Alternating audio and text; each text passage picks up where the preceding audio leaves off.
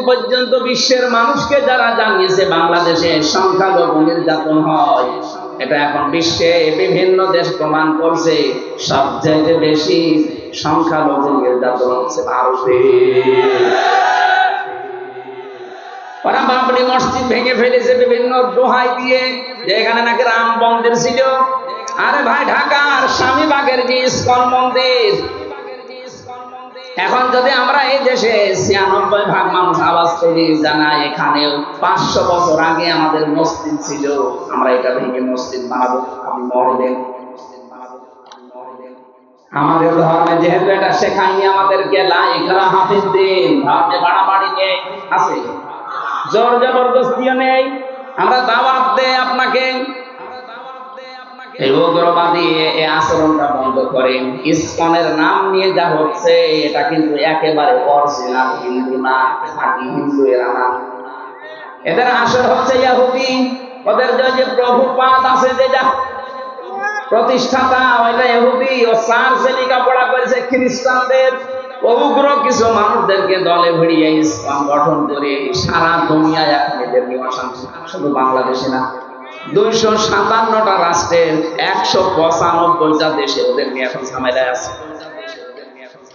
এখানে ওদের উস্কানিতে যেন আমরা পা না দেই। ওরা খুব চেষ্টা করেছিল সাইফুল ইসলাম আলিফকে হত্যা করার মাধ্যমে এই দেশে মুসলমানরা যেন একটু হইচই করে, এরপরে যেন একটা বক্তব্য বেঁধে যায়। আর এটা করা ছিল যারা পালিয়েছে ওরা যেহেতু বিভিন্ন হাল দিয়ে হালে পানি মানায়নি, ওদের রিক্সা লীগ, ওদের আনসার লীগ, কথা বলছে না কেন, বিভিন্ন লীগ দিয়ে যখন পানি বানায়নি তখন ওরা লাগিয়েছে বিভিন্ন কায়দায় ইসলামকে।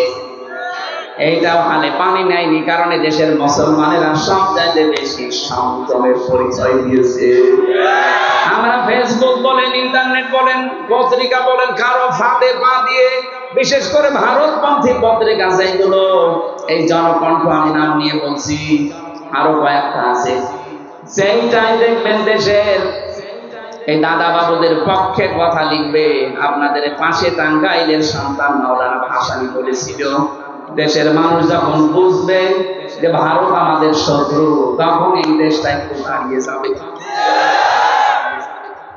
তারা বুঝেছিল, তারা বিচক্ষণ ছিল, কিন্তু এখন আমরা অনেকে এটা বুঝি না। না, আমাদের দাদা, কিসের দাদা আপনার? আমার দাদা হলে আপনি যান, ওরা এখন চট্টগ্রাম নেওয়ার ধান্দায় আছে। আরে ভাই, চট্টগ্রাম আমাদের বাংলাদেশের অংশ, আপনি কি যৌতুক দেবেন? আর যৌতুক আপনাকে দেবো কেন? মেয়েকে আমরা আপনাকে একেবারে স্বাভাবিক ভাবে দিয়েছি, মেয়ে তো পালিয়ে গেছে। পালিয়ে যাওয়া মেয়ের আমার যৌতুক দিয়েছিল, বিয়ে তো আমি দিচ্ছি না।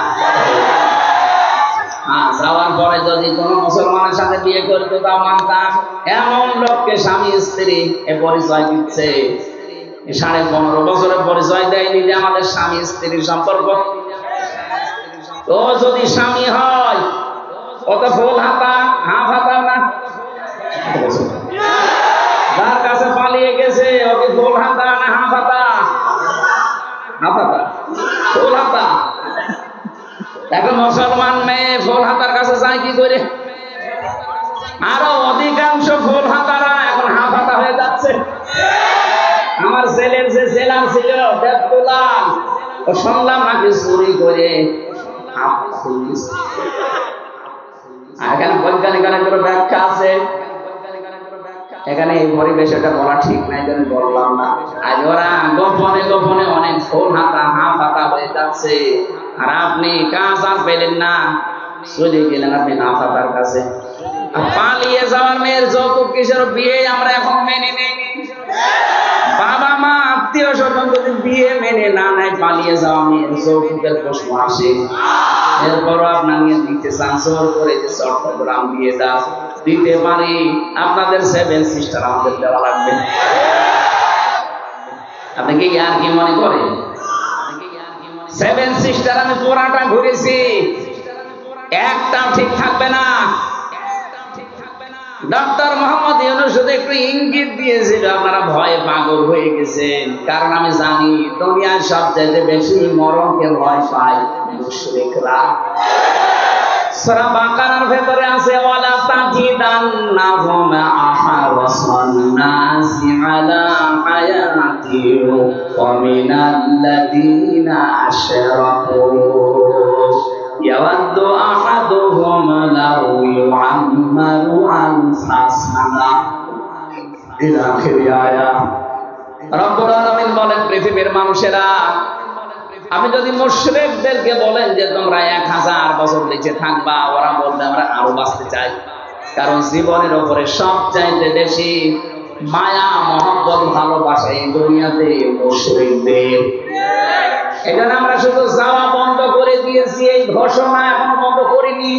আমরা বলেছি যাব না ওই দেশে চিকিৎসার জন্য, বাবার আটকে দেখি মরছে না, 40 ভাগ ছাড় দিয়ে দিলাম, আসেন নয়তো আমার আমরা না খেয়ে মরে যাবো। কারণ মরা আমাদের কাছে খুব কঠিন। আর আমরা যারা মুসলিম তামাম দুনিয়ায় 200 কোটি, আমাদের মরণ কঠিন না, আমাদের মরণ হাতিয়া। আমরা বিশ্বাস করি দুনিয়ার এই নশ্বর পৃথিবী ছেড়ে যেতে পারলে আমার আল্লাহর বানানো জান্নাত রেডি হয়ে আছে। কাদের জন্য? সূরা নাহাল, এটা 32 নম্বর আয়াতের তাফসিরে পাবেন, ভালো করে মিলাবেন এটা। আল্লাযীনা তাতাওয়াফাহুমুল মালাইকাতু তাইয়্যিবিনা ইয়াকুলুনা সালামুন আলাইকুম উদখুলুল জান্নাতা বিমা কুনতুম তা'মালুন। বলেন আল্লাহু আকবার।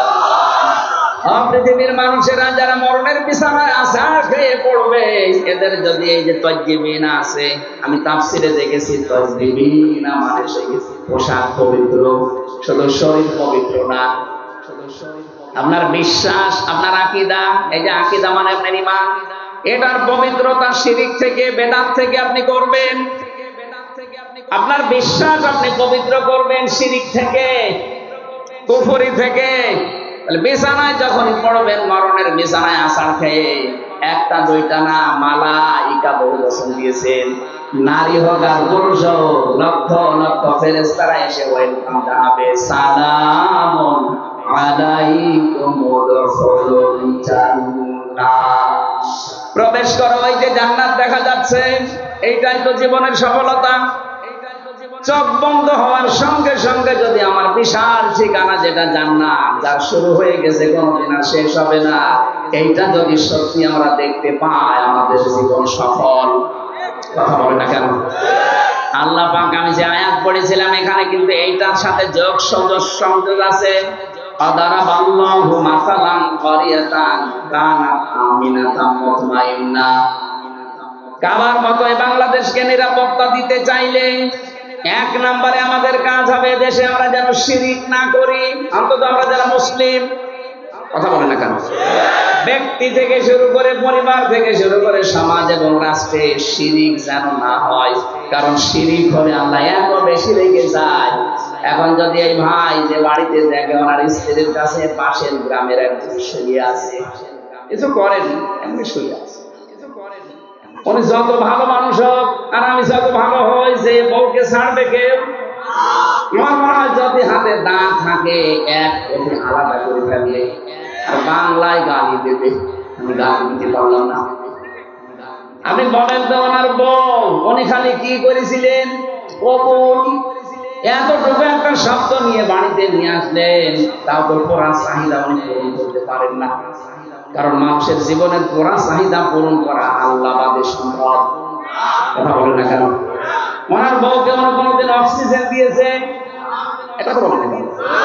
একটা মানুষ প্রতিদিন অক্সিজেন কিনে যদি বেঁচে থাকা লাগে, প্রত্যেক দিন কমপক্ষে 12,000 টাকার অক্সিজেন লাগবে ঘন্টায়। কত?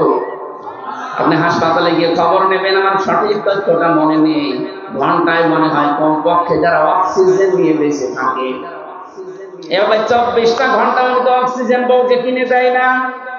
হয়তো জীবন চলার জন্য আনুষঙ্গিক যা আছে ওইটা কিনে দিয়েছে, বাড়িতে থাকার একটা ব্যবস্থা করেছে।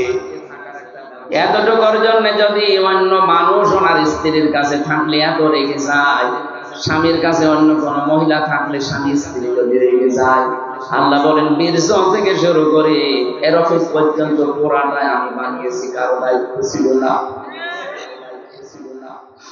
বীর্য থেকে শুরু করে চেয়ারে বসিয়ে রেখেছি, পুরাটাই আমি আল্লাহ।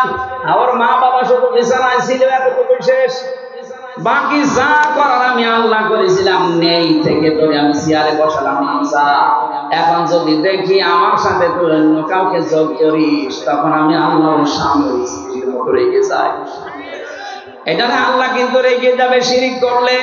আপনি আর যাই করেন, হয়তো আল্লাহ ইচ্ছা করলে মাফ করে দেবে, কিন্তু শিরিক করলে কোনো মাফ নেই। এই জন্য শিরিক যারা করে তারা দেশকে গজবে খায়। 15.5 বছরে কিন্তু শিরিকের কারখানা তৈরি করেছিল মূর্তিবাদ। কত কোটি কোটি টাকা খরচ করে বানালেন, কি হলো? এই যে গতকালকে সিরিয়া বিজয় হয়ে গেছে, যার মূর্তি ছিল বাশার, কি নাম যেন, বাশার আল আসাদ। এই শয়তানের মূর্তিগুলো এখন আমাদের যেমন ভেঙে ফেলেছিল, ওটাও ভাঙতেছে। কি হলো আপনার? 15.5 বছরে কি করলেন? এতগুলো টাকা খরচ করে মূর্তি বানিয়ে, এত টাকা খরচ করেছিল এই পাথরের মূর্তি বানাতে। আমার কুষ্টিয়ায় যেটা ভেঙেছে, শয়তানে এত শক্ত ভাঙা হচ্ছিল, শেষে এই বেলু দিয়ে এসে ভেঙেছে। সারা দেশের অবস্থা একদিনের ভেতরে সব শেষ, ওদেরটাও শেষ হচ্ছে। যেখানে যেখানে মূর্তির সংস্কৃতি, মুসলমানদের ঈমান যদি একটু জাগ্রত হয়, কিয়ামতের আগে আর থাকবে না। এজন্য আগামীতে যারা আসবেন, অনেকেই ধান্দায় আছেন আমরা আসি, আপনারাও যদি করেন, হয়তো 5 বছর থাকলেন, তারপরে জনগণ যখন জেগে উঠবে, আপনারটাও পরিকল্পনায় ফেলবে। কারণ মূর্তির এই সংস্কৃতি, এটা শিরিক। এটা কি শিরিক করলে আল্লাহ নিরাপত্তা তুলে নেয়। এমনিতেই আমরা ঝামেলায় আছি সারা দুনিয়া এখন, বিশেষ করে আমাদের প্রতিবেশী। এরা এত মানে নিকৃষ্ট প্রতিবেশী আল্লাহ আমাদের দিয়েছে। খালি পাকিস্তান থেকে চিনি এসেছে, ওদের মাথা খারাপ হয়ে গেছে। তুরস্ক থেকে একটু জিনিস আসে, ওদের মাথা খারাপ হয়ে যায়। চীন একটু সাপোর্ট দেওয়ার জন্য বলছে আমরা আছি, ওদের মাথা খারাপ হয়ে গেছে। কেন? প্রতিবেশে তারা খুশি হওয়া দরকার, জানতো আমার পাশের বাড়ির লোক আমি আছি। আর আপনাদের মাথা খারাপ হয়ে গেল কোন কারণে? পাশে যতগুলো রাষ্ট্র, বিশেষ করে পাকিস্তান, আফগানিস্তান, নেপাল, ভুটান, চীন, মায়ানমার, একটার সাথে ওদের সম্পর্ক ভালো না। আপনি দেখেন, একটার সাথে ওদের সম্পর্ক ভালো না। এতগুলো দেশ সব ভারত ছাড়া চলতে পারছে, বাংলাদেশও ভারত ছাড়া চলতে পারবে, অসুবিধা নেই। কথা বলেন না কেন? না খেয়ে মারা যাবো কোনদিন, এই মুশরিকদের পাঁচাটা গোলামি করা যাবে না। মরে গেলে পবিত্র জীবন আপনি জান্নাত পেয়ে যাবেন। আর মুশরিকদের পাঁচাটা গোলামি করে শেষ জীবনে ঈমানও পাবেন না। কিয়ামত পর্যন্ত জালেম জ্বলা লাগবে জাহান্নামের আগুনে। আমরা 41 সাল 71 সাল থাকতে চাই না, আমরা 2 মিনিট থাকতে চাই, কিন্তু ঈমান নেই। এই কথা বলেন না কেন? আল্লাহ বলেন এমন একটা গ্রাম দিয়েছিলাম, এই গ্রামে ছিল প্রথম নিরাপদ, 2 নম্বরে নিশ্চিন্ত। 1947 সালের আগের ইতিহাস বাংলাদেশের সাথে মিলান, এই আয়াতটা একেবারে খাপের খাপ, মমতাজের ভাব মিলে যাবে। আমি তো মিলিয়েছি এইভাবে, এই কোরআনের সাথে আমি যা পড়ি আগে বাংলাদেশ নিয়ে মিলাই দেখি এখান থেকে কি পাওয়া যায়। এক এক সময় এক এক জায়গায় আজান আছে, মানে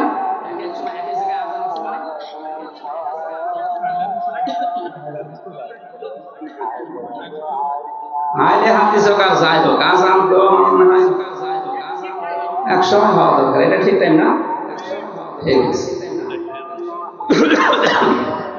এই ড্রাইভার, এখন যেহেতু মাগরিব পড়া লাগবে, সেই বন পড়ার আশা পড়েছে, ওখানে মাগরিবের পরে খাবার যদি এরা দেয়, তো একটা টিফিন বাড়িতে দিয়ে আমি যাওয়ার সময় খেতে খেতে, কারণ সারাদিন আমার খাওয়া নেই। কারণ লজ্জার খাতে কি বলবো, সময় তো পাবো না। কারণ দেখ 10 মিনিট হোটেল থেকে খাবার কিনবো, 10 মিনিট 10 কিলো চলে যাবে। এদেরকে বলেন যে খাবার যদি দিতে চান একটা টিফিন বাড়িতে দেন, আমরা বসে বসে গাড়িতে খাবো। আর যদি না দিতে চায়, আমার ওই পাউরুটি কলা খেয়ে থাকা লাগবে আজকে। সমাজ ভাইরা, আমি হাত জোড় করে মাপও চাচ্ছি, ক্ষমা চাচ্ছি, আজকে পুরাটা যদি রাতের বেলা পেতাম আর একটা মাহফিল হয়তো খুব ভালো হতো, আমি আলোচনাটা 1.5-2 ঘন্টা 2.5 ঘন্টা করতে পারলে আমার একটা বিষয় বোঝানো সহজ হয়। এই অল্প সময়ের ভেতরে আমিও পারি না, আসলে ওইরকম যোগ্যতা আমাদের নেই। আপনারা আসরের নামাজ যেহেতু আজ 6-7 মিনিট আছে, নামাজ এখানে পড়লে পড়ে নিন, সামনে কোনো জায়গায় পড়লে মসজিদে পড়ে নিন। আজকের মতো আমি মাপসে শেষ করলাম, আগামী থেকে আসলে আমার তাফসীর করার জন্য সময় দিন। আল্লাহুম্মা আমিন। লা ইলাহা ইল্লা আনতা সুবহানাক ইন্নী কুনতু মিনাজ জালিমিন। ও আল্লাহ, তুমি তাকিয়ে দেখো কত সুন্দর করে এরা সাজিয়েছে, নিজেদের বাড়ি ঘর এরা এত সুন্দর করে সাজায় না। কোরআনের মহব্বত যাদের ভেতরে এত বেশি, যারা কাজকর্ম বাদ দিয়ে কোরআন শুনতে রাজি আছে, এদেরকে তুমি ওমরের মতো হেদায়েত দিয়ে দাও। আজকের এই আয়োজনে যদি খুশি হয়ে থাকো, সবগুলো তুমি নবীজির রওজায় পৌঁছিয়ে দাও। দুনিয়ার মাটির নিচে যারা ঈমান নিয়ে ঘুমিয়ে আছে, আল্লাহ এদেরকে চিরতরে ক্ষমা করে দাও। বিশেষ করে মাহফিলের সম্মানিত সভাপতি, প্রধান অতিথি, বিশেষ অতিথি যাদের নাম দেখলাম, এদের মা বাবা যাদের কবরে আছে মাফ করে দাও। মা বাবা যাদের জীবিত আছে, আল্লাহ তুমি খেদমত করার তৌফিক দাও। আমার বাবার অপারেশন চলেছে, আজকে কেবল হাসপাতাল থেকে আমি বাড়িতে নিয়ে আসলাম। আমার বাবাকে তুমি সুস্থ করে দাও। তার কাছে থাকা, খেদমত করা, তার কথাবার্তা শোনার একটা সময়, কিন্তু দিনের এই কাজটা নিয়ে, মিশন নিয়ে বের হয়েছে, এজন্য বাবাকে মাকে শোনা দিতেও পারিনি। আল্লাহ আমারে মাফ করে দাও। আমার রফিকুল ভাই আজকের প্রধান অতিথি, আল্লাহ তার মা বাবাকে মাফ করে দাও। তার স্ত্রী সন্তান যেগুলো দিয়েছে সহি সালামতে রাখো। আল্লাহ যে ষড়যন্ত্র হচ্ছে মিডিয়ার মাধ্যমে, বিশেষ করে জনকণ্ঠ আরম্ভ করে জালেমদের বিরুদ্ধে, আল্লাহ এদের ষড়যন্ত্র ছিন্ন ভিন্ন করে দাও। আমাদের মনের ইমানের অবস্থা তো তুমি জানো। আল্লাহ মাজলুমের পেছনে যারা লেগেছে, এই মানুষগুলোকে তুমি ন্যাংটা করে দাও। আমরা দেখতে পাই যারা আমাদের পেছনে, আলেমদের পেছনে কথা বলে, ওদের চরিত্র কুকুরের চাইতে খারাপ। এই মানুষগুলো এই মানুষের পেছনে লাগে, যারা মানুষ হয়ে মানুষের পেছনে লাগে, এরা কিন্তু অমানুষ, যার সন্তান। আল্লাহ তুমি এদের থেকে, আলেমদেরকে, আমাদেরকে ষড়যন্ত্র থেকে বাঁচাও। মা বোন যারা বিভিন্ন জায়গায় আছে, এদেরকে খাদিজার মতো, আয়েশার মতো বানিয়ে দাও। এদের পেটে এমন সন্তান দান করো যেন আমাদের জন্য তারা দোয়া করে, রব্বির হামহুমা কামা রব্বায়ানি সাগীরা। লা হাওলা ওয়ালা কুওয়াতা ইল্লা বিল্লাহিল আলিয়্যিল আযীম। রব্বানা হাব লানা মিন আজওয়াজিনা ওয়া যুররিয়্যাতিনা কুররাতা আয়ুনি ওয়াজআলনা লিল মুত্তাকিনা ইমামা। মরণ যখনই আসে, আসো, কোনো চিন্তা নেই, মরতে আমাদের কিন্তু ঈমান নিয়ে মরতে চাই। যখনই আজরাইল আসবে, সবার মুখে একবার হলেও পড়তে দিও লা ইলাহা ইল্লাল্লাহু মুহাম্মাদুর রাসূলুল্লাহ।